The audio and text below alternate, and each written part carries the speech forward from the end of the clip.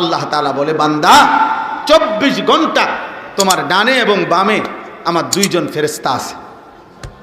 তুমি ভেবো, তুমি মনে রাখো, যখন তুমি নারী দেখো, ছবি দেখো, উলঙ্গ দৃশ্য দেখো, অশ্লীল ছবি দেখো, নাটক দেখো, সিনেমা দেখো, নর্তকী দেখো, কোনো নারী যখন বেপর্দা থাকে, বেহায়া থাকে, কোনো বাপ আপনি যখন সুদের টাকা গণেন, কিস্তির টাকা গণেন, ওজনে যখন কম দেন, মিথ্যা যখন বলেন, চুরি ডাকাতি, অন্যায় দুর্নীতি, চিন্তায় রাহাজানি, যেই কোনো রকমের নাফরমানি, আল্লাহ বলে, বান্দা আমার ডানে বামের ফেরেশতা কিন্তু দেখে, ও কিন্তু লেখে, ওরা লেখে, ওরা লেখে।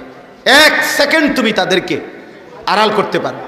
তাফসীরের মধ্যে আছে, টয়লেট বাথরুমের সময় এবং স্বামী স্ত্রীর মিলনের সময় যদিও এই ফেরেশতারা সরে থাকে, কিন্তু তাফসীরের মধ্যে স্পষ্ট লেখছে আল্লাহর কুদরতে দূরের থেকেও সরে অবস্থায়ও তারা ওই ব্যক্তির ওই সময়ের কর্মকাণ্ড জানতে পারে, লিখতে পারে।